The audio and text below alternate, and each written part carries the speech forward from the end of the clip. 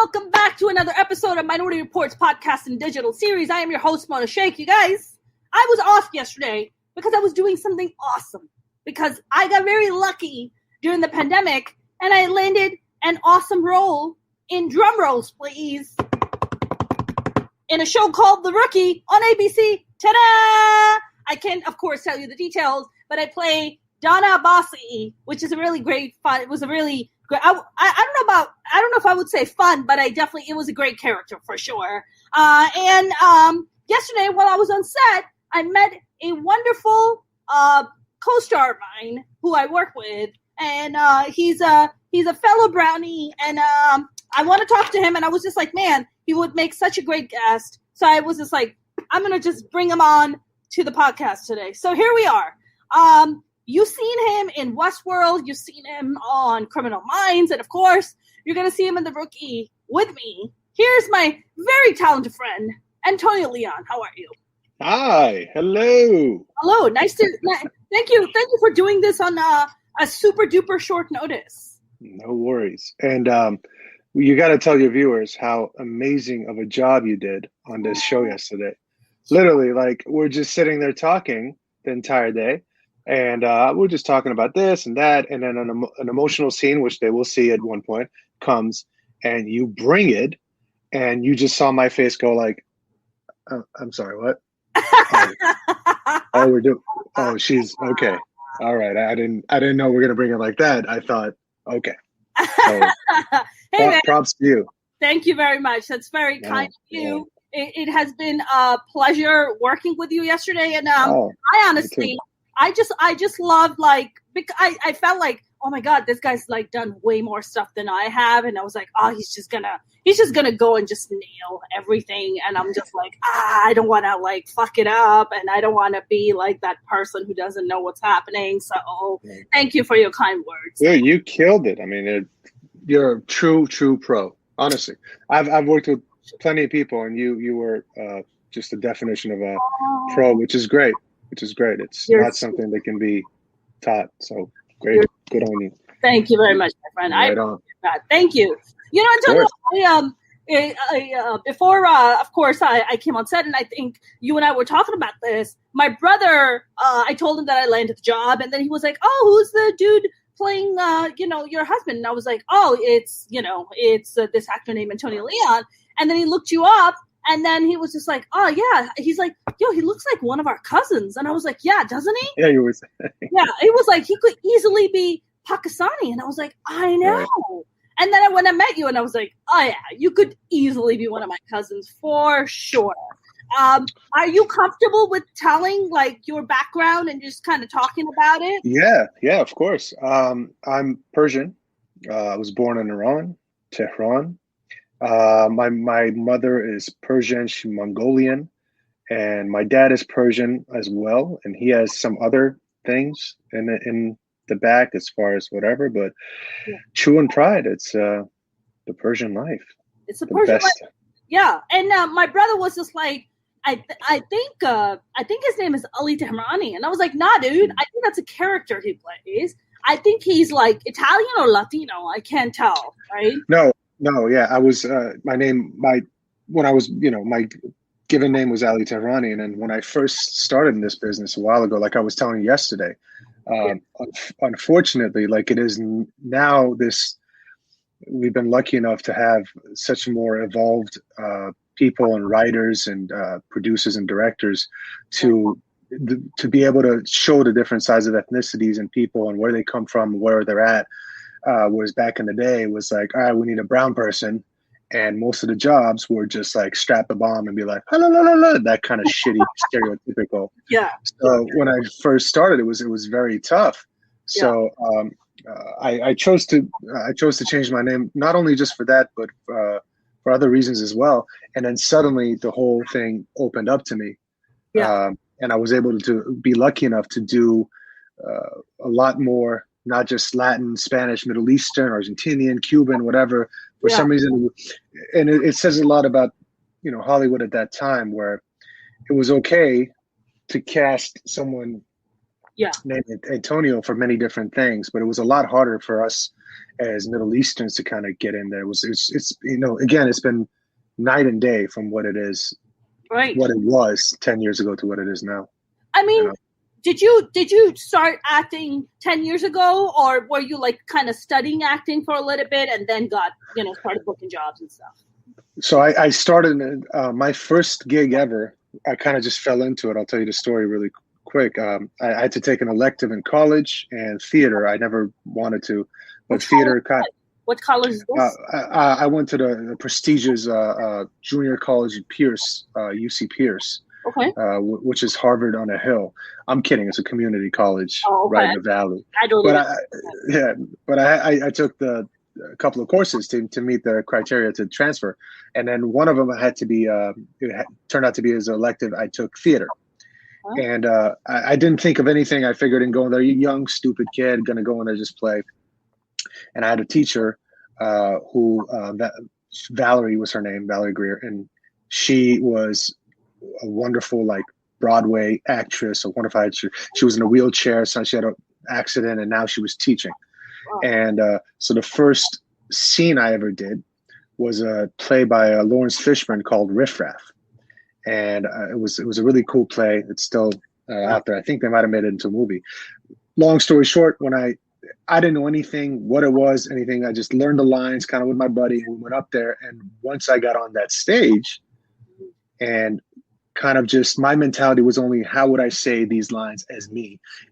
But once I got a piece of the taste of what it's like to be in playing someone else's character, living that person's life, I was hooked. Fortunately or unfortunately.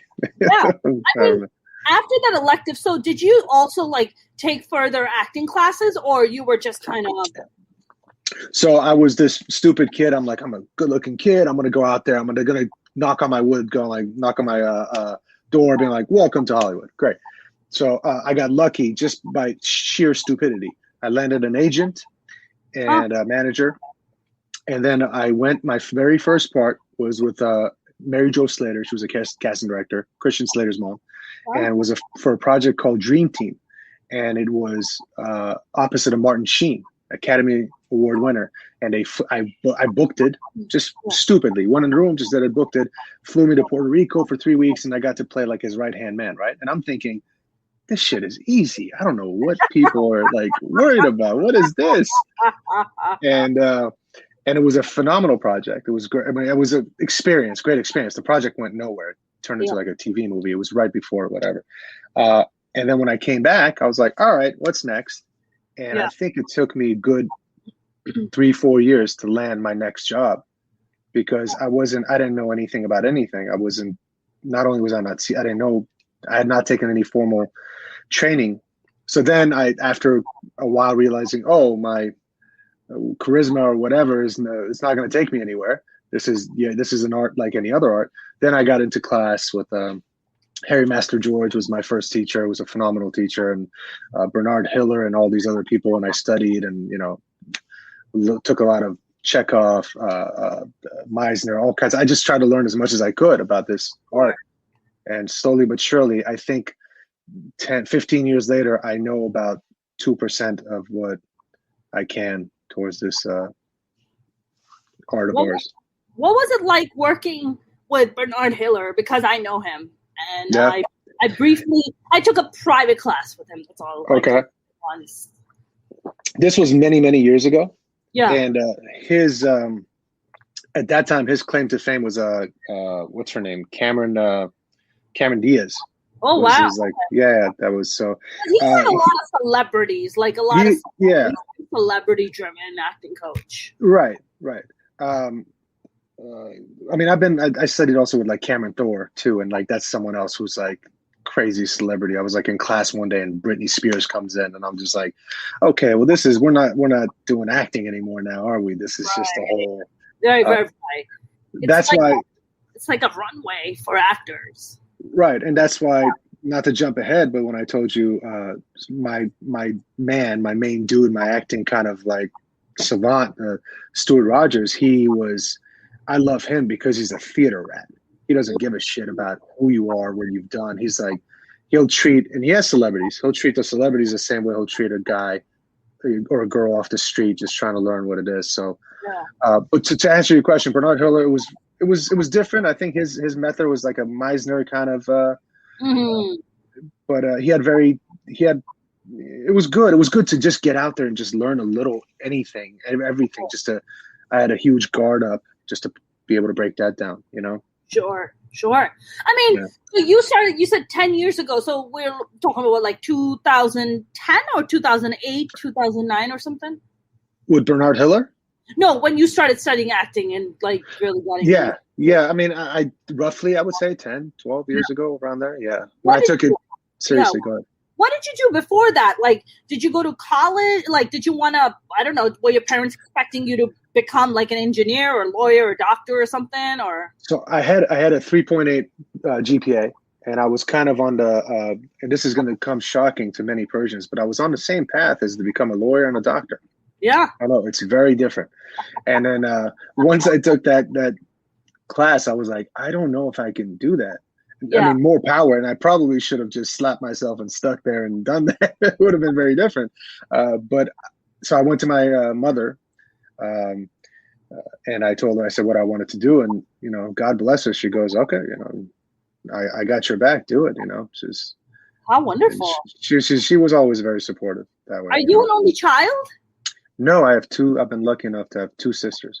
House full of women. I have a single mother and two sisters and a daughter. Yeah. And how are you the oldest of the siblings? Like, yes, I am.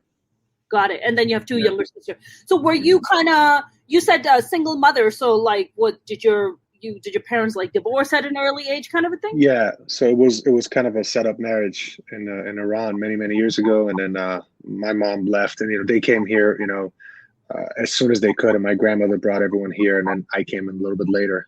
And my mother got remarried again, to a wonderful man. But yeah, and my old man is, is he here or is he in Toronto? No, I think he's in Iran. I have not spoken to him. Should I lay down for this? I feel like this has become therapy now. Do I need a couch? No, you don't. No. This is good. This will save me a lot of money. And I usually do my therapy setting up. I don't know why. Oh, do you? Yeah, always. Who lies down, dude? I would fall asleep. I'd be like, this is so relaxed. Oh. I do a lot of crying, so I like to be in fetal position the whole time. Oh, really? With like a, yeah, with like. No, I like to be in fetal position after it starts crying. First, I start vertical, and then I get horizontal. And then slowly go into. Slowly just pass up. Yeah, a lot of people say when they come on my podcast that is this a therapy session? It's like kind of like it's kind of. That's awesome. Cathartic and therapeutic. No, I mean, look. I feel compliments to you as an interviewer to be someone be able to. You're so sweet, and thank you for being so kind and so generous and being vulnerable with your story. I appreciate it. Yeah. You know what it is? I think, Antonio, like comedians, and I'm going to specifically say male comics are a lot more. We're an interesting bunch of people. I feel like when it comes to artists, like actors and stand-up comics, there's pain involved somewhere that drove you to do this. Oh yeah. I feel like if you, especially a stand-up comic, I can tell you, if you come from a loving, healthy background, right, there is no reason to do stand-up comedy. I'm sure I agree with you 100%. And as far as the acting, I'm sure there are very healthy individuals out there who are actors. I'm positive they are. But the majority, including myself, are not.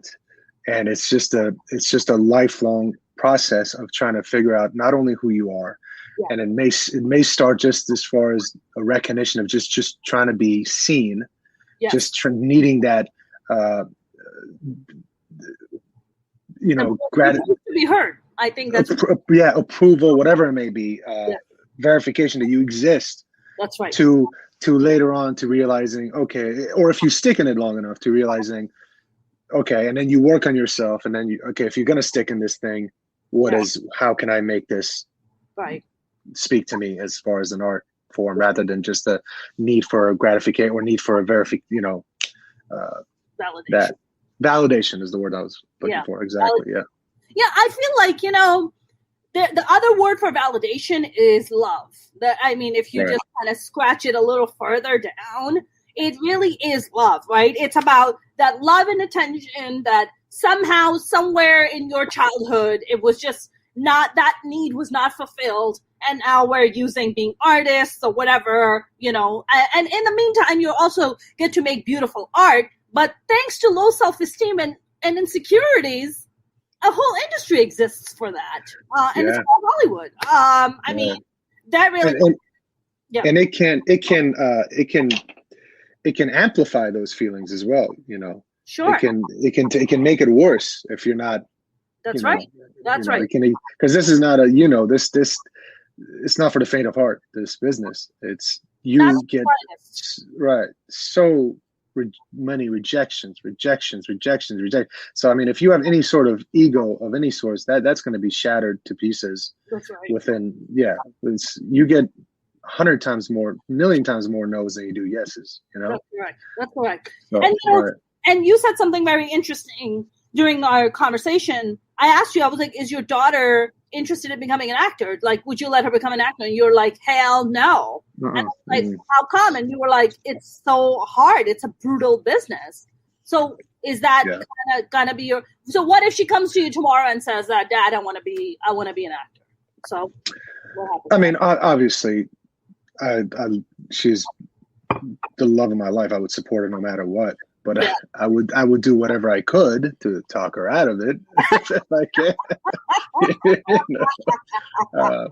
But wouldn't it be a little bit hypocritical, though, Antonio? Just a tad bit, though. It's 100% hypocritical, and that's okay. That's fine, you know. But I think, to be honest with you, you know, we usually we try to do the opposite of what our parents, right? We go against that. So I feel like maybe she would. Probably not want to be in the business because of the fact that I was in it. Yeah. I mean, you know, I mean, I can tell you that my family, I mean, first of all, coming from like a conservative Muslim Pakistani household, becoming an artist is not a thing. So let's just put that out there. Then being born after 4 brothers and then being the youngest and the only girl, no fucking way. Right. Are they going to be like, oh yeah, you just go right ahead? Like, no, that was not a thing. I mean, but I knew when I was like 8 years old that I wanted to be a performer. I just didn't know in what capacity it was going to be. I watched this one Bollywood movie, which I know is very big in Iran, you know, and all Middle East. I mean, Bollywood is huge. And I remember watching this one actress and being like, whatever she's doing, I want to do that. Like, she's awesome. And it's funny because like I mentioned to you, I mean, I moved from Pakistan when I was 15 and I really didn't come out of my artist closet till I was 18. And that was a massive fight, you know, but you sound like you got very lucky in the sense that like your mom was just like, yeah, go ahead. Like, if that's what you want to do. I mean, I had to literally pack up my bags and leave my house and move out in order to even pursue it because my family gave me an ultimatum. They were like, either you go to college and become a physical therapist. I don't know why the fuck they were obsessed with that. Or they were like, we will send you back to Pakistan and mom and dad are going to marry you off to someone. Because my parents lived in America. They always lived in Pakistan. So they were like, yeah, we're going to marry you off. I'm like, marry me off? How the fuck are you going to send me like 7 goddamn seas across, like to make a better life for myself and then just fucking yank it from me like that? Like, no, like nobody gets to call the shots in my life except me. That's it. That's the rule. Yeah. And when I was 18, I packed up my bags and I left. I mean, there's a lot more fucked upness to that story, but that's like the gist of it. There was a lot of physical violence at home, like a lot. Right. Yeah. I mean, that's probably has helped with you as an artist, as a comic, as an actor. Well, I mean, after like 13 years of therapy, which continues to this day, thank God for EMDR therapy. But I mean, it has kind of helped me not become a basket case. It's helped me become the person that I am and the artist that I am. But you know, there's a lot of demons to be fought. Like, have you ever done a scene or done like even during acting classes where you're like, wow, that was that was like it just like kind of opens this Pandora's box for you of like feelings or things that you really don't want to deal with. And next thing you know, it just begins to like pop up in your life in places where you're like getting angry at shit, or you're like having road rage, and you're like, why the fuck am I pissed? Like, what? Have you experienced stuff like that? I think if you do any, by the way, is this echoing? Is it echoing on your end? Echoing, it's like popping in a very strange way, but it's fine. I can hear you. Yeah. Okay, good. I want to make sure to give you the best quality for your money. You're the best, for my money, yes. But thank you. I think there's always going to be some sort of residual, especially if you really, truly get into a character, whatever it may be. So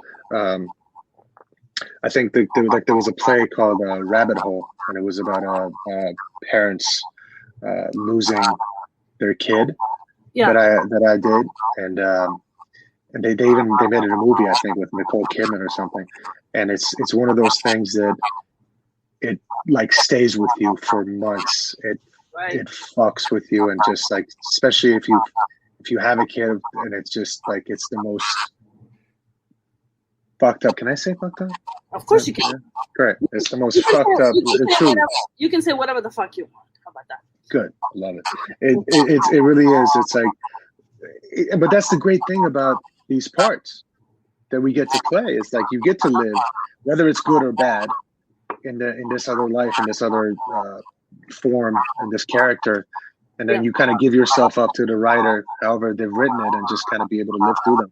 So yeah, the residual can kind of last. I felt it in a good way, after a role, and I felt it in a horrible way, but still, even at its worst, it's something that's alive in you, and it just makes you feel alive, which is a great thing. Right. Yep. Do you feel like acting not only is an art form for you, but also therapeutic in many ways for you? Oh, absolutely. Yeah. It is therapy. It absolutely is. But not just the acting part of it, the journey of it, of trying to make it as an actor, and the classes, and the scene work, and all that.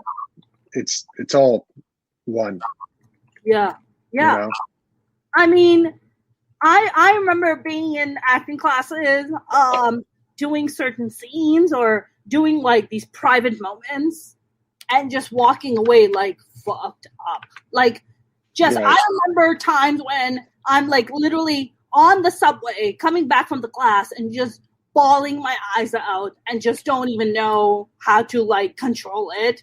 And, but it's winter, so you like try to cover yourself up with like scarves and stuff, and you put your hat down, and you're like, you're like fucking bawling out because you just got triggered by like all this fucked upness that was in your life, and now it's come to surface. But I feel like they're demons, and we as artists like try to control them for them to serve us, not the other way around. Yeah, I mean, and you can, like we were saying earlier, you can either let it help you and find out what it is, what's the hole inside to be able to patch and fix, or where's that hurt coming from, where's that insecurity coming from, and use it in your art, or it could take you down further into the spiral of it. Yeah. But those were, I think, to me, some of the best, greatest times of my life, where in class you work on the scene and just like it's killing you. The process has been the process is, the process. So because you being an artist, like, are your sisters artists too, or are they just no? I mean, not that they're not artists, but they're not. Thank goodness, they're both much smarter than me. One is a nurse, and my younger one, who's from my mom's second marriage, she is in college. She's in college, and I think she wants to be like a nurse or a doctor as well. Oh, awesome! So they took care of the medical doctor nurse part. So the pressure is off of you. They're fulfilling the quota. Yeah, I'm the black sheep of the family. This whole black sheep thing, man. I mean, I think the black sheeps run the world. They can. Yeah, you're right. Yeah. I think black sheep's one of the. Anytime you hear stories of like I was an outcast, I was someone that they never looked. I mean, all those stories are like of just people fucking just kicking ass and taking names, man. Yeah. Right. No, the rebels. You're right. Yeah. Even Bill Gates was a freaking black sheep, I think, in a way. Precisely. I mean, I Right. just I feel like black sheeps are dreamers, and dreamers make the world go round. Right. You know? It's. I agree with you 100%. It's, not to whatever, but in this field at least, or also in comedy, I'm sure you can agree with this. Yeah. It's easy to get in there because the dream, almost, we all have the dream, but the percentage of it actually working out for you to fulfill that dream is so low, and it's so hard, and there's so many things going against you that it's just it can break your back. It can really for sure break your soul, you know. So did you so Antonio, your birth name is Ali Tehrani. Mm-hmm. So tell me about how you kind of ended up as Antonio Leon and why. I love that name. Well, again, not to get into the psychological aspect of it, but my old man wasn't the best of whatever. So I kind of wanted to kind of get away from the name that he kind of gave me anyway. And also happened to be at the time that with the acting, I was like, this is I got to figure something out. So I love that name. I think, to be honest with you, I think Antonio Banderas was like back in the day. It was like doing the thing. I'm like, oh my God, that is cool. Really? He had the long hair, and I think at some point I literally had the long hair after watching Desperado as like a young kid. I was like, that's it. Yeah. Growing my hair. So, man, sorry. Go ahead. No, go ahead. No, you were talking about how. So Antonio, and then where does the Leon come from? It was a friend of the family's last name who I very much looked up to. So I kind of chose to take it. And it was, and then you went to your agent and were like, "I'm Antonio Leon." From this I didn't even have an agent at that time. No. So you just changed it. You were like, yeah.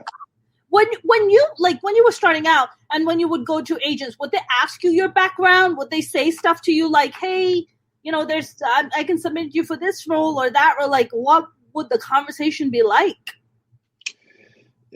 I think I kind of got lucky to getting that. They were just thinking, you know, they look at you as, how can I make money off this person? Right. So if they thought they could make some money off you, or, you know, it is a business. But like the first couple agents I got, I signed with like Buchwald at one point. It was this wonderful man, Philip was his name, was Buchwald, and he stuck with me forever. And he should not have, because I wasn't booking anything, but he was nice. And he was great, and he believed in me. And I started working with him, and it's just I don't think we really had a direction at any point of this is where we're going to go. But I think like any sort of as a manager or agent, you got to look as like a commodity. Like, how can I represent you? Can I sell you? Do I believe in you enough to want to push you out there? Right. I don't know if it works the same way as far as like comedians. I think you feel like you have enough of your own say where you can control your own career until, right? Yeah. I mean, I am, I kind of, you know, Antonio, I had some really nice manager, not so much agent, but manager in New York. They got me in a lot of good stuff. Because of a manager, I actually ended up in LA because I had read for a lead role in a Steven Spielberg project. When was this? In New York. This is like over 10 years ago. Damn. Yeah. I remember reading and then got like a call back or like then I was up for this lead in a feature film. And I was, they brought me back for like 3 or 4 different producer sessions and they just couldn't make up their fucking minds. They kept bringing me back. I was like, okay, I'm back. You're making me do all these scenes. Like, okay, what the fuck? And then my manager at the end told me, and which is why I had quit acting for a while. I just kind of dropped acting. Because I was stage acting in New York for a while. And she told me the reason I didn't get the part, Antonio, is because I wasn't hot enough. End quote. Oh, I can't hear you. You're muted. You muted yourself. There it is. There it is. Okay. Oh yeah, this works. You're not pop. Your voice is not popping anymore. Oh, I think it was these things. Yeah, I think so too. Yeah, bugging the shit out of me. It's okay.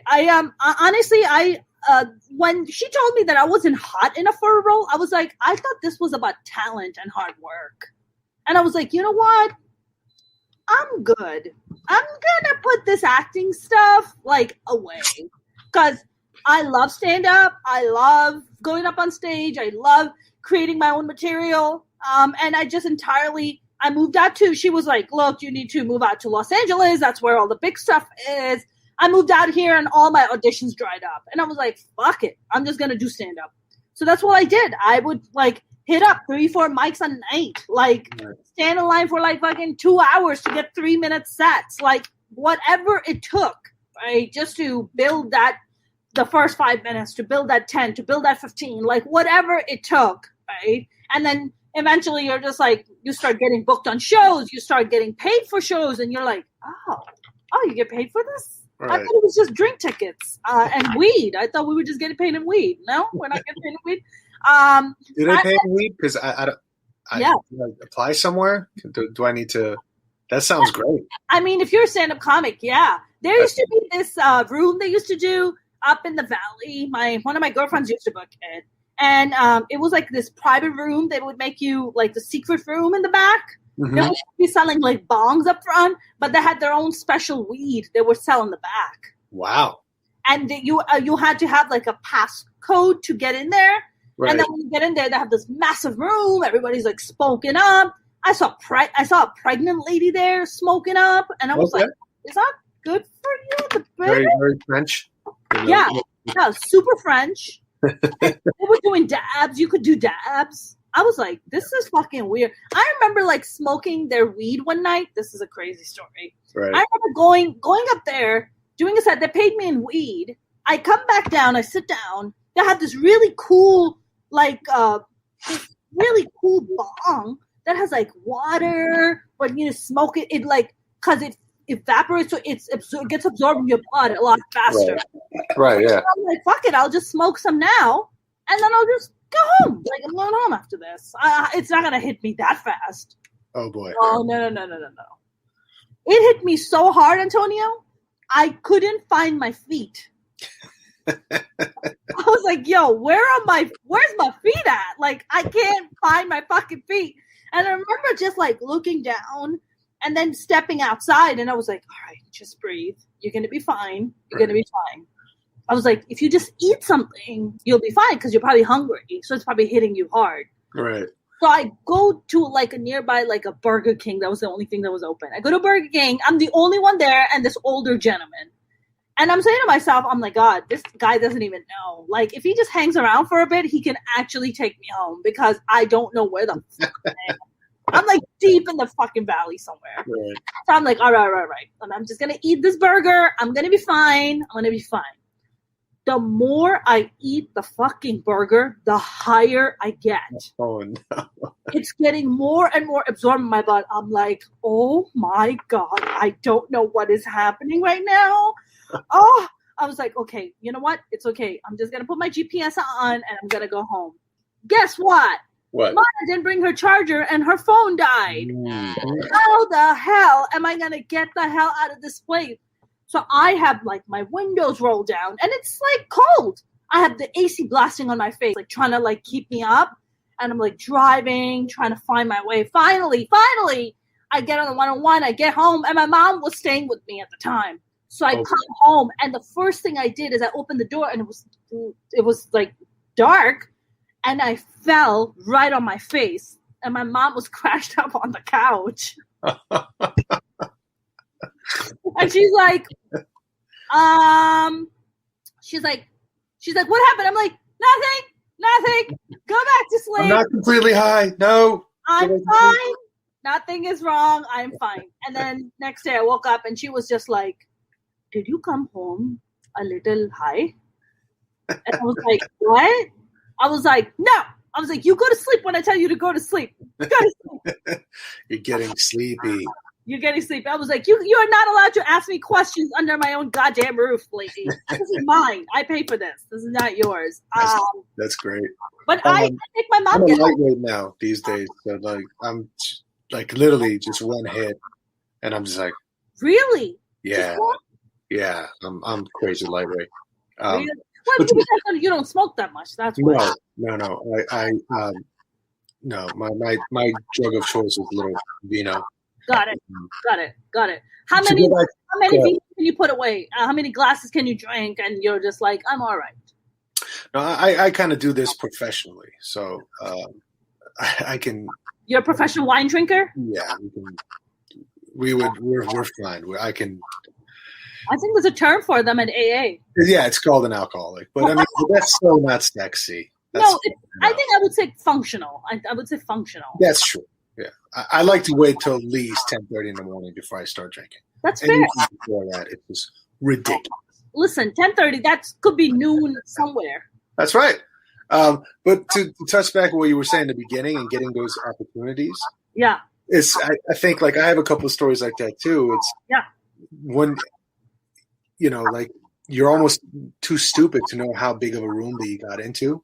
Like the very first job that I booked, or I remember being very close, being on hold for a movie with Reese Witherspoon. Wow. I was supposed to play an Egyptian guy, and I got to like have a little chemistry test and all this, and it was just like, wow, holy shit. Or even Argo, the Ben Affleck movie, which was they wanted version. Yeah, for sure. And I went all the way, and I think what actually ended up hurting me at the end, not getting the part, was not that they're like, yeah, he's Persian. But is he Persian? Oh, because of Antonio Leon. Yeah. Oh, shit. Sit here. I'll talk to you. What? Speak Farsi? Like doing I spoke all day. Wrote, I can read, write, I can all that, I think. But again, it's fine. But having those opportunities it's you don't know it. And like you said, you get at the end of the day, it's so out of your hand. Right. Right. It could be, yeah. A look. It could be you're too tall. I've lost jobs because I'm too tall. I've lost jobs because I'll tell you a little funny story. I did a show called Get Shorty. I booked a recurring on that show with Ray Romano. Yeah. That was on Showtime, was it? It was on FX. FX, rather. Okay. Yeah. Okay. So I booked that show, and it was a recurring role for a minimum 3 episodes. Wow. And I was going to play part of like this gang of this guy was a drug dealer, and I was one of the 2 boys. So it was me and this big Mexican dude with tatted up everywhere, just an intimidating looking guy who was a teddy bear, by the way, like the nicest thing in the world. Of course. And a black dude with a beard and a bulldog. So the first scene we're going to do, we're in this big mansion, and the 3 of us are sitting there, and they, I'm feeling good. I go to this in Larchmont over there that I like did my hair, trimmed the beard. I feel good. And I see behind the camera, and I see the producers. The writer goes up to the producers, and they're talking.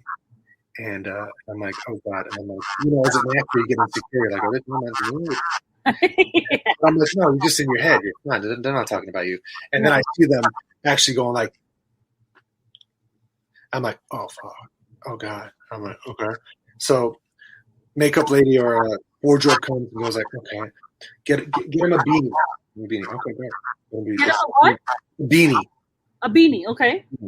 They put a beanie on me and go back to writers. Whatever. Long story short, and this sounds, my point of this was you can lose parts for whatever reason. They thought that I looked too clean and nice to be a tough guy, apparently. So they tried to toughen me up with a beanie and all that. And literally, they ended up, they didn't bring me back, and they ended up cutting that episode like around me, like trying to avoid me as much as they could, cutting to the other guy. So I was like, okay, all right, cool. So there's so many reasons. You're too tall. I'm sorry, that sucks. No, it is what it is. You still got paid though. For that one episode. For that one episode, because But their casting is the one who cast you. They knew what the hell you looked like before they cast you. I tried this because it was echoing again. Okay. This is better. No worries. Yeah, they did. But I mean, you get on set and. Man, that is so. See, that's the brutal part about this business. Like, here you are, busted your ass, got the job, and while you're on set, they're like, yeah, no. It's interesting you said that. You know, it reminds me. What's that show I did? Laugh Tracks. I did, and they hired me as an Armenian woman. You know, and it was a comedy show where they Am I echoing? I'm echoing. I'm telling you, there's an echo. It's been the whole time. I tried this and I tried that. And the worst thing is trying to tell a story when you hear yourself echoing. Oh, man. You've had an echo the entire time. I'm sorry. The entire time. It hasn't been echo. I'm thinking. I can't hear the echo. As I'm talking to you, there's this echo. And I guarantee you, whoever's watching this going like, you know, he started out so good, but now there's and it's just me listening to myself, echoing as I am right now. Yeah, I don't know why that is. I am very interested in knowing why that is, but you know, that's the fucking technical world we live in, man. So you were saying they thought you were Armenian, and then what? Yeah, they hired me as Armenian.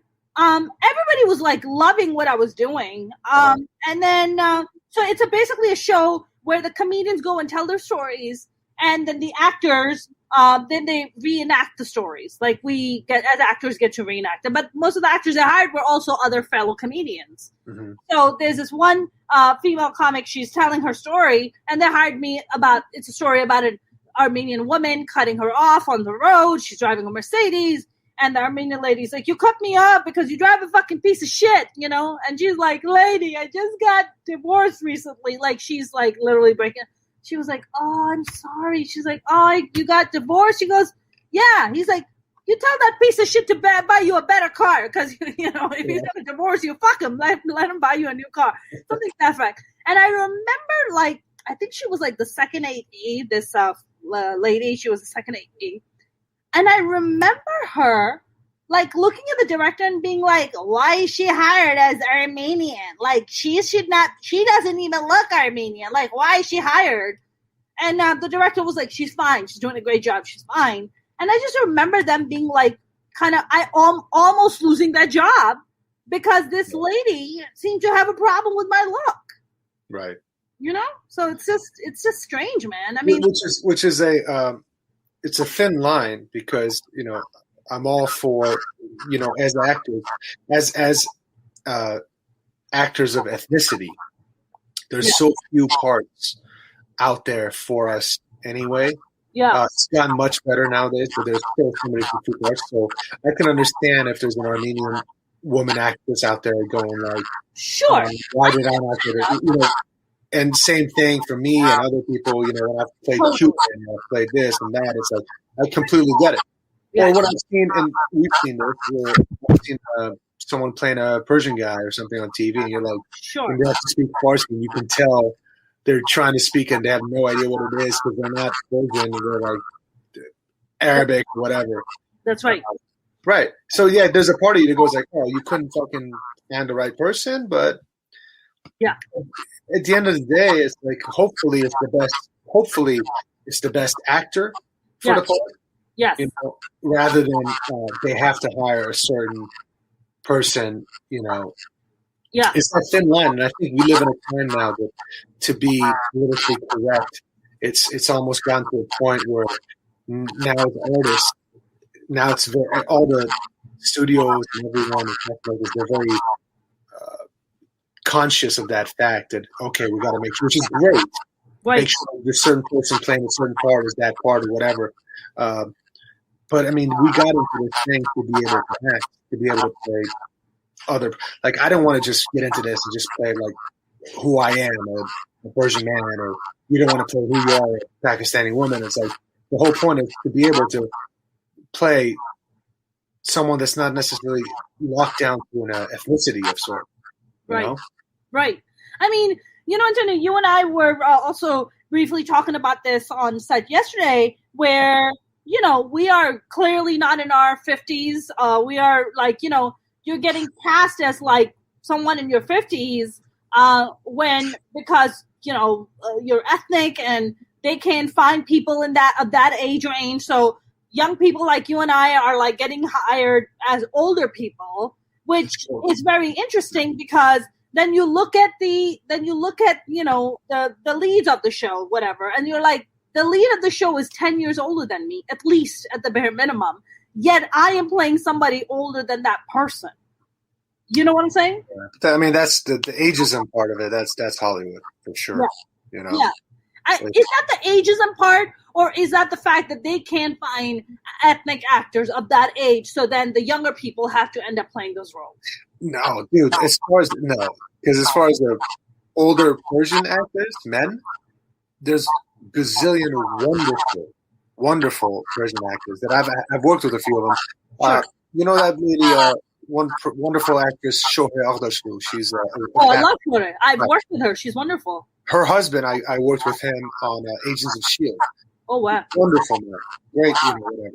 There's a ton of actors in that age who are phenomenal actors who can do it. Sure.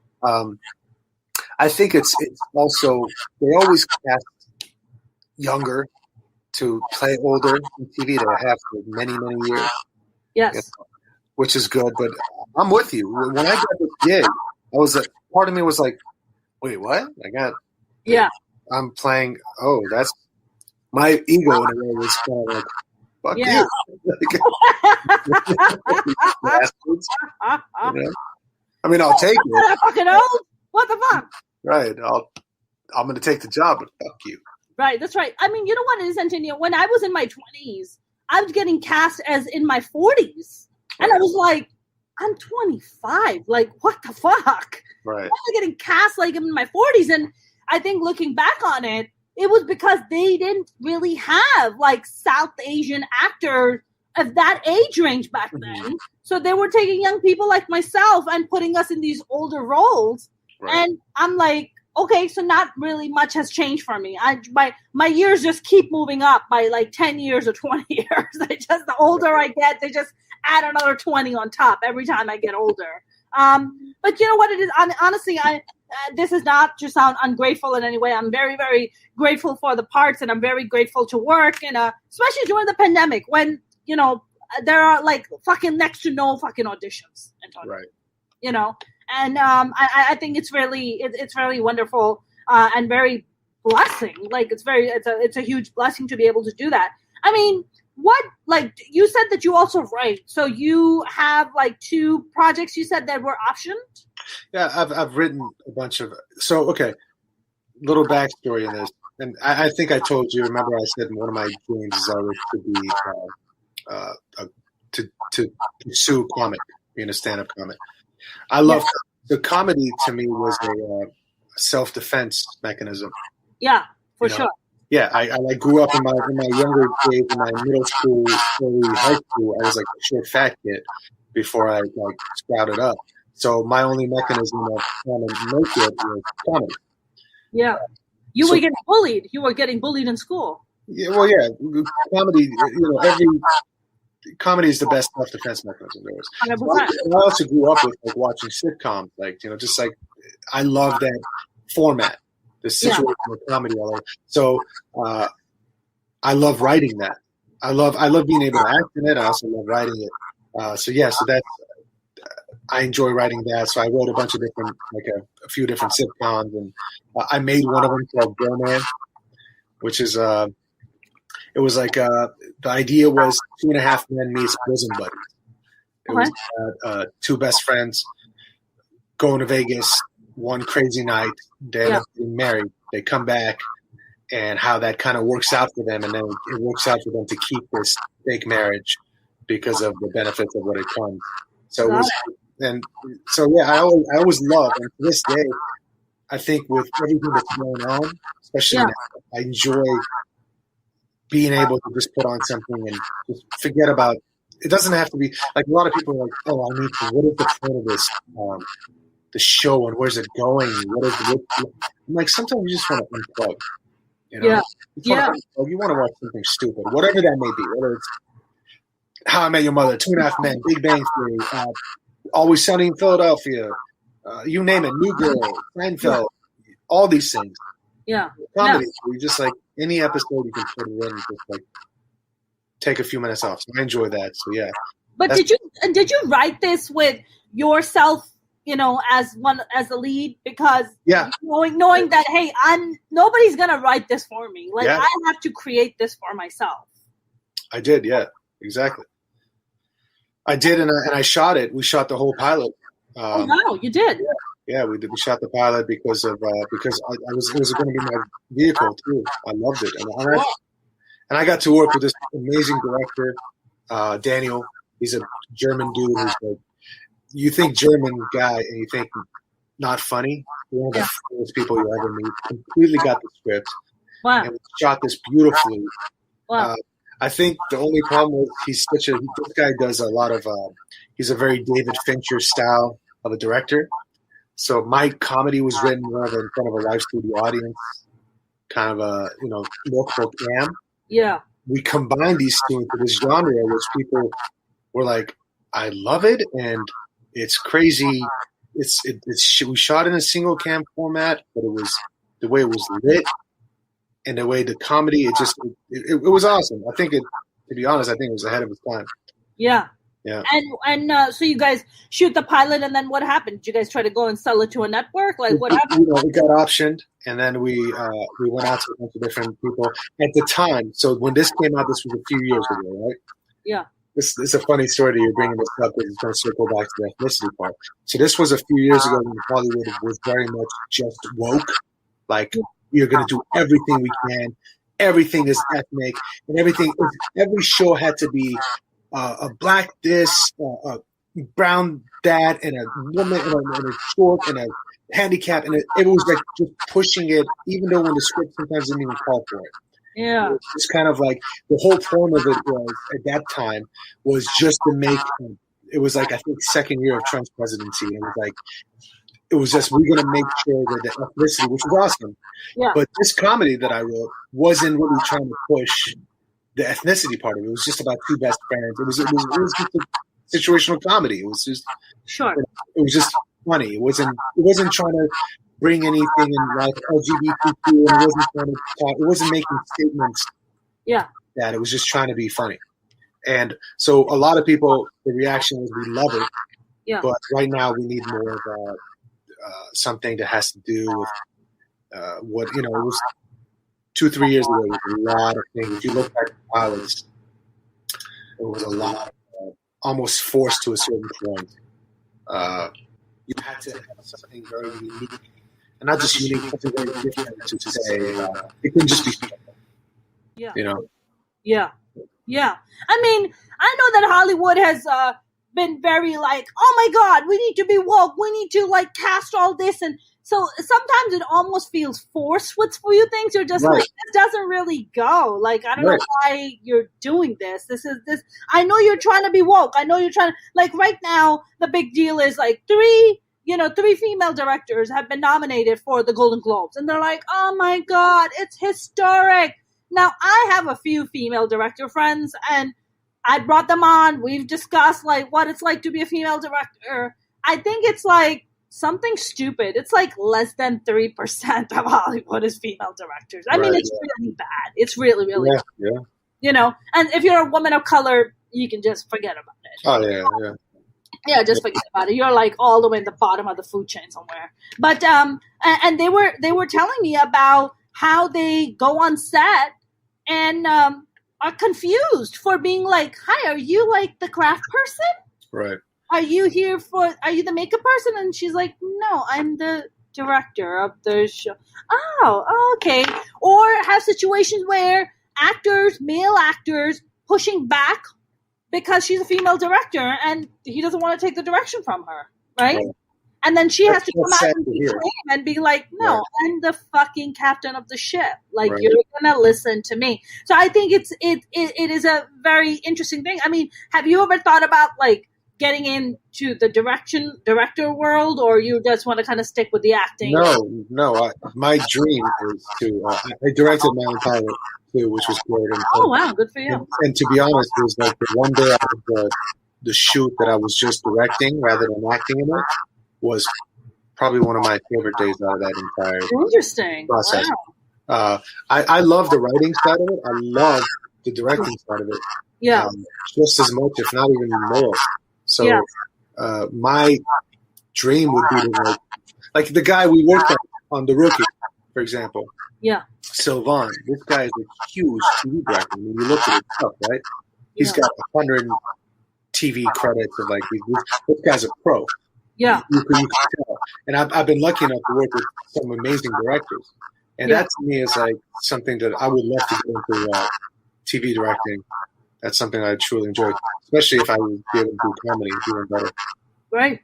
Absolutely. I mean, you and I were talking about, we're talking about being ethnic in Hollywood and, the whole woke thing. I feel, and I want to hear what you think about this, but I feel, it's one thing for Hollywood to come out and the executives to come out or studios to come out and give lip service. You'd be like, we want more female. We want people of color. We want to do that. But as long as the executives and the decision makers do not change, as long as they stay as old, straight, white dudes, we ain't going nowhere.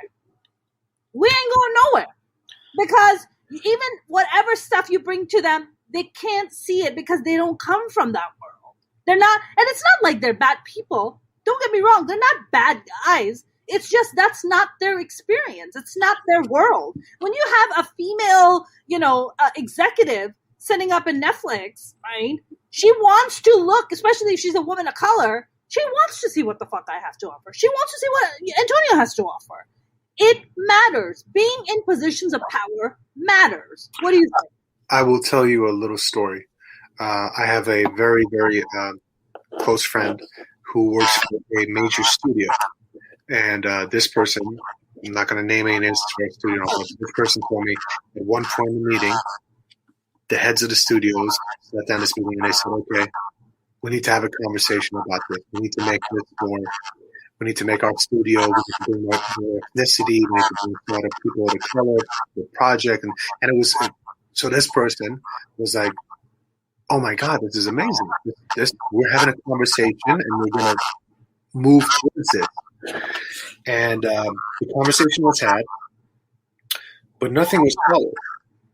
And when this person brought it up later, going like, hey, remember when we talked about that thing? And we said we're going to do this and this and this and this? Yeah. They kind of got ousted in a way. It was one of those unspoken, but yet they felt like because they had the conversation, that was enough, rather than follow through with it. Got it. And the person ended up leaving that. Got it. That major studio anyway because of it. And they're so sometimes they feel. Was this a woman of color by any chance? No, actually, no. This was someone who was in a very high position to be able to have this conversation. But this person has been a very big advocate of people of ethnic people and women, if it was a female, women of that. And so when she's like, this is amazing, let's do this. They're like, oh, whoa. No, we talked about it, but we're good. We're not going to do it. Right. And that's the point, right, Antonio? The conversations that are happening on a more executive level in Hollywood are very different conversations that are happening, on the outside. Behind closed doors, it's one way, right? But when they come out and they give lip service and for the PR and to be like, oh, we're diverse, we're totally open, we're totally welcoming, and it's just like, yeah, but your executives are all a bunch of old straight white dudes. Right. What does an old straight white dude know about a guy who was born in Tehran, moved here, and has this amazing pilot, and is trying to bring you a new perspective? You're not gonna understand that, And it's not that you're a bad person. You don't come from that world. Right. I think I agree with you 100%. I think it's starting to change. I think just the fact that you and I are having this conversation right now. Sure. I think it's going towards the right direction. It really is. Yeah. Again, like I told you, I've been in this thing long enough to see where it came from to where it is now, and it's exponentially different. That's in right. a good way. And hopefully it's going to get better and better. And I really think it will. Yeah. Because I think as artists, no matter what, the cream will rise to the top. If you do good work, it will be recognized. Whatever color you are, whatever gender you are, whatever ethnicity, it will be recognized. And I think the opportunities are more now, a lot more now. So I feel good about it. I feel positive about it. I feel positive about it too. I feel like, Antonio, it's one thing to be a working actor, or it's one thing to, get co-star roles here, guest star roles, this and that. But it's another to have a show written specifically for Antonio Leon, right? And then casting him, in as the lead in it, or having a show written with a character with Mona Shaikh in mind, or Mona Shaikh getting to audition for that lead role, and that show getting picked up and getting made, and then going on to season 4, 5, 6, or whatever. Those are the things. Like Mindy Kaling is a prime example. Mm-hmm. Nobody was going to write that show for Mindy. No, sure. But Mindy realized very early on, because she's brilliant, that she was just like, look, nobody's going to fucking give me an opportunity. They're just not. They expect me to be this skinny, pretty little blonde with a tiny waist, and she's none of those things. But she was very smart. She looked around and she was like, what are Indian people most looked at? Doctors. Like, there's a shit ton of Indian doctors. What if I just make a show about being an Indian doctor, but American-born and raised, who doesn't speak with an accent, who is like American-born and raised? How about that? And, the executives go, and of course, it probably also depends on the fact that she made these amazing relationships while she was on the show The Office. Right. I'm just going to say, I'm like, that didn't just come. I mean, what is brilliant about her is, and this is something that I've read before. I think I read an interview by Ben Apatow telling Jason Segel, the guy who was in, from Freaks and Geeks, right? Getting Sarah Marshall, all that. He told him in Freaks and Geeks, he goes, listen, look at you. You're tall, you're awkward, you're this and that. No one's going to hire you unless you write for yourself. That's right. And that to me is the only power, if you truly have, especially as far as great as much change is becoming in this business, still if you want to have your own show, if I want to have my own show, you have to write your own show. And even when you do, like I did, and you shoot it, even then, it's still tough. You can take them a show that's funny. You can give them an entire season layout. I wrote 12 episodes of this thing. Wow. I did. And every one of them, and I had from beginning to whole arc. And even then, for them to take a chance on it, they're afraid to do it. Right. Because they're like, well, I mean, are they going to invest all that money for what? Right. Unknown, you have a lot going against you. Right.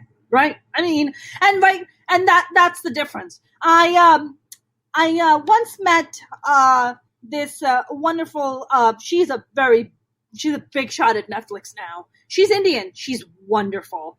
I remember meeting her and introducing myself, and right away she was just like, "What's your information? Here's my email. Send me your stuff. Let me make some intros for you." And she did. She made intros for me at CBS. She made intros for me at Netflix. She was just like, "You have a show? Come on in. Pitch it to us. Come on in." Great. She is that person. So does it? I mean, look at the diversity in Netflix. I mean, it's fucking amazing what Netflix is doing. Yeah. Right? I mean, you see all these shows. They have a new movie come out on Netflix called Namaste Wahala, which is an Indian guy and a Nigerian woman, Nigerian lead. Right? Wow. When would we have ever seen something like that? It matters that somebody like her sits in a position of power to be like, you know what? I'd like to see that story. Right. I'm interested in that. Wow, I didn't know that Indians and Nigerians were getting together. I did not know that. I mean, I didn't even know that. I was like, this is amazing. But those are those decisions with those executives, they matter. And thank God now with all these streaming services, your Hulus and your Apple TVs and all these amazing stuff, it really is kind of, shedding a light and giving us more opportunities. I think there's so many more shows now that there's not enough time hours in the fucking day to watch them. Yeah. There's like just so many of them. I mean, what is your kind of ultimate? I mean, do you want to become just eventually just like a successful director and just produce your own stuff, or and possibly get to act in them? Like, what's your kind of ultimate goal? I think directing is my ultimate. Really? I would love to. Yeah, I think directing and then writing, and then I mean I love acting too. I mean, you already write, Antonio, so it's not, right. But to be, you see the ultimate goal for me would to be able to direct and write. I love acting, but I think as far as the process of it, as an actor, you go a lot of, as you know, yes, as we did yesterday. There's a lot of just sitting around and fucking waiting. Yes. And then you go in there. Now you've been sitting in your trailer for fucking 6 hours, and now you go in there, and I'm not going to say whatever, but something really dramatic happened that you're supposed to now bring it. And it's kind of like, okay, and that's great, but I love to be the whole part of the whole process of it. Yes, just be like put on dance. Yeah, there's definitely a lot of sitting around for sure. I mean, when you're on shoots, you show up at like your call times like 5 a.m. Mm-hmm. You shoot, then you're sitting around at like noon, and then you're like, oh, your next scene's not until for another 3 hours, and you're like, all right, just go to the trailer and just pass out? Sure, just pass out. I mean, that's what I did. I just passed out. I wish I could. I couldn't. Yeah. No, I was exhausted, dude. I was fucking exhausted. I was just like, fuck this. I am like just gonna. Yeah, I just took a nap, which is shocking because I never take naps. I am the most anti-nap person on the planet. But yesterday I really needed it, so I took a nap. But no, I feel like just like we have more diversity in actors and comedians and all that, and directors and producers, it's the same on the executive level. Like that stuff has to change.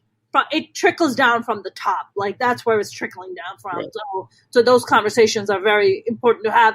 I once, I'm not going to mention the name of the studio or the executives. The president of this very big studio was having a conversation, and I happened to just listen in on the conversation because they were passing by as they were saying this.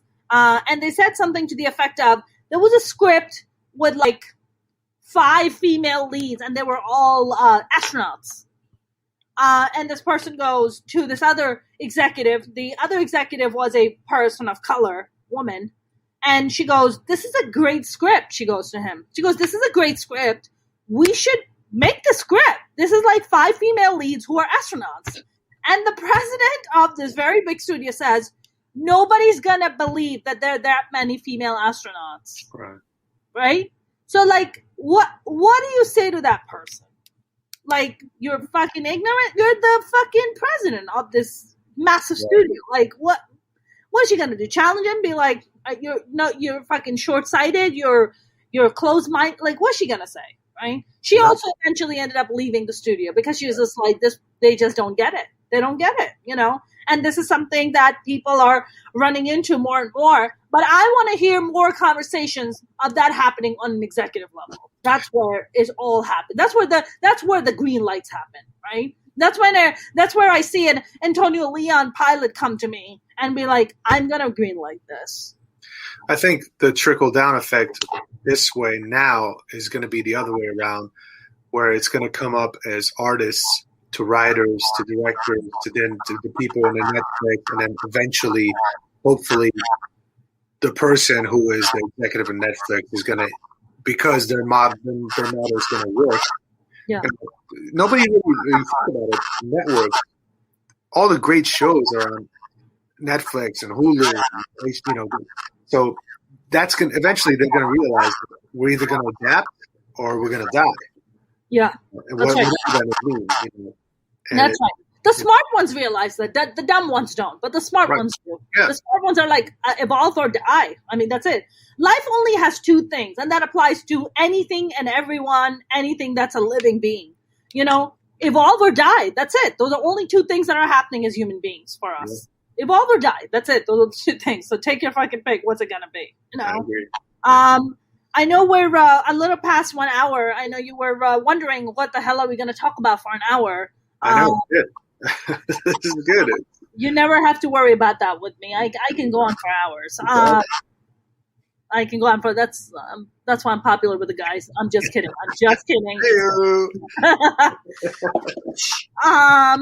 No, I really enjoyed this conversation, Antonio. I really did. Me too.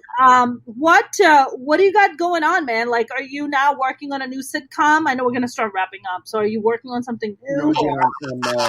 I'm writing away, trying to just learn.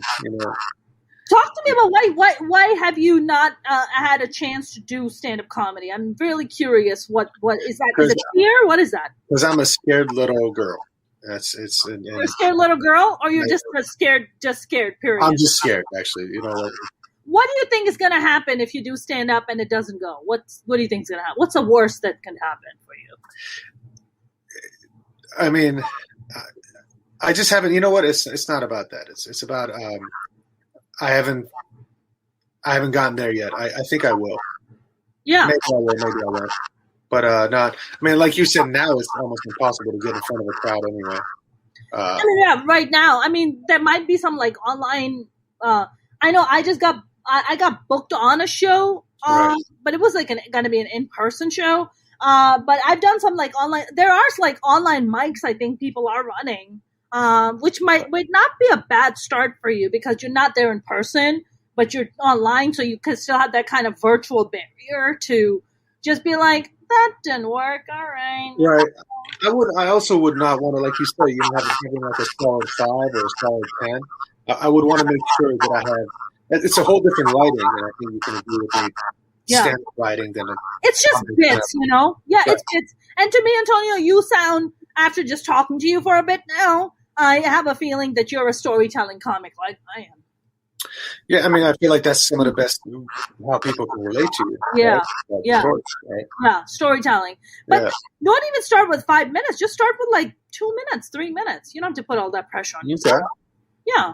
Just next show you host, I'll come in there and give you a solid 2. Yeah, sure. I mean, look, I'm working on a very big show for the summer. We're like looking at a pretty big crowd. That because we're hoping that we're gonna have herd immunity by then and stuff. So I'll definitely keep you posted. I mean, honestly, stand-up comedy is a very different animal. I think you kind of have to be wired a certain way, but the great thing about stand-up is, like, look, you don't necessarily have to pursue it as a career. You can do it for a little bit. And it's interesting because what stand-up does, it bleeds into other art forms. It bleeds into your writing. It bleeds into even your directing. It bleeds into your acting. It's just like it's a primer for other things. Like, you can just, because as stand-up comics, we get hired and they're like, can you write? Can you act? And you're just like, but I'm a stand-up comic. Like, that's all I do. Like, I'm just a stand-up comic most of the time. Like, that's what I do. And they're like, no, but can you act? And Mitch Hedberg has this really beautiful bit about it. Do you know who he was, Mitch Hedberg? No, I don't actually know. You should look him up. He was brilliant. He was brilliant. He was very hot too. But brilliant comic. And he has this whole bit about how, as actors, as stand-up comics, we get hired, and they're like, can you act? Can you write? And you're like, I literally like have just spent all these years just being a stand-up comic, so I don't know why you're asking me for different skill sets. But it's I think stand-up comedy is literally the greatest art form. I have nothing but but my life, Antonio. It's the nothing but respect for it. Like I said, I'm truly envious. You don't need to envy me. You just do you just need to start doing some stand-up. I got it. This might be the push that I needed.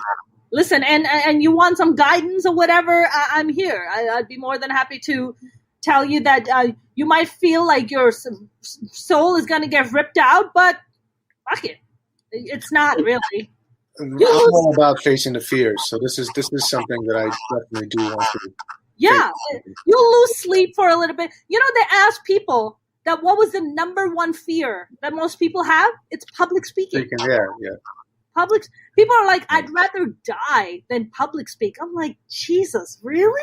They're like, yeah. I'm like, well, it's that old joke, right? About they'd rather be in the coffin rather than the guy making a speech in front of the. Yeah, I mean, I'd rather be the person making the speech. Like, being in the coffin, it's fucking over. Right. It's over. But I mean, you've had this, it's that first step. Yeah. I mean, look, I've known a lot of comics whom I've seen like in the past 10 years, 11 years or whatever. I would see them at open mics and be like, I don't know how this person's going to come out of this. I don't know if they have it. And then you see them after a number of years, you haven't seen them, and you see them and you're like, golly, look at your growth, man. Yeah, I bet. Look at your growth. You just kept at it. Good for you, Those are the stories that I love to see. Yeah, of course. Yeah. I mean, same thing I think goes for as actors as well. That's right. You see people in the beginning, you're like, okay, shit. And then you see them years later, like, holy fuck, wow. Yeah. Floyd Lynch is saying that you should go for it. I appreciate that. Thank you. Well, I didn't know people could comment on this shit. Oh, yeah. People have been commenting this entire time. Yeah. No kidding. Wow. Yeah. People have been commenting. Tim Windsor said, congratulations, Mona. I'm proud of you. And then James said, hi, Tim. Mona got a part on The Rookie. James is a big, avid fan. Okay. He has been here he has watched every single one of my Mona's rants and my episodes. Who's this? James, the lovely James. I'm sorry, James. I'm sorry you have to be. That's all right. No, James is a big fan.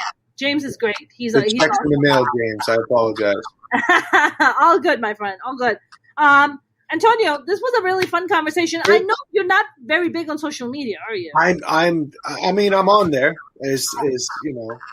I'm on there, but when I tagged the wrong Antonio. What's that? When I tagged the wrong Antonio. You did. And the funny thing is, I clicked on that link and the guy in there. I was just picturing him going like, "Oh, I'm going to be on the clip now." He's like, "I'm going to be on some podcast that this chick has tagged me on." Like, what the fuck?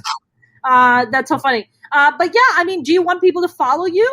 Sure. I would love it if it's again, like I told you. I think my last post was from 2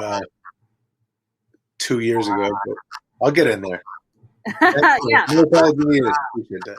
Yeah. Absolutely. Well, I know you're on Instagram. So what's your Instagram, Antonio? If people want to follow it's my name with the letter 1. Antonio Leon. For the number 1, Antonio Leon. Yeah. Antonio Leon. Awesome. Well, Antonio, I had a really fun time chatting with you. This was awesome. This was great. And to get to see you 2 days in a row and act and now just chit-chat, this was fun. And by the way, good for you. The one thing I will say in this business, I will take hustle. Like, as far as people, I've seen a lot of actors, and I'm sure you have with comics, who probably have so much talent. But in this business, the thing that you need more than anything else is the hustle. Yeah. And that I have nothing but props for you, because for you to do this and your stand-up, and every year trying to make sure that any chance you get to do as much as you can. And that is only a speech to you as far as where you're going to go. You're so sweet. Thank you, Antonio. I can't wait. I can't wait for us to get back on that show and play again.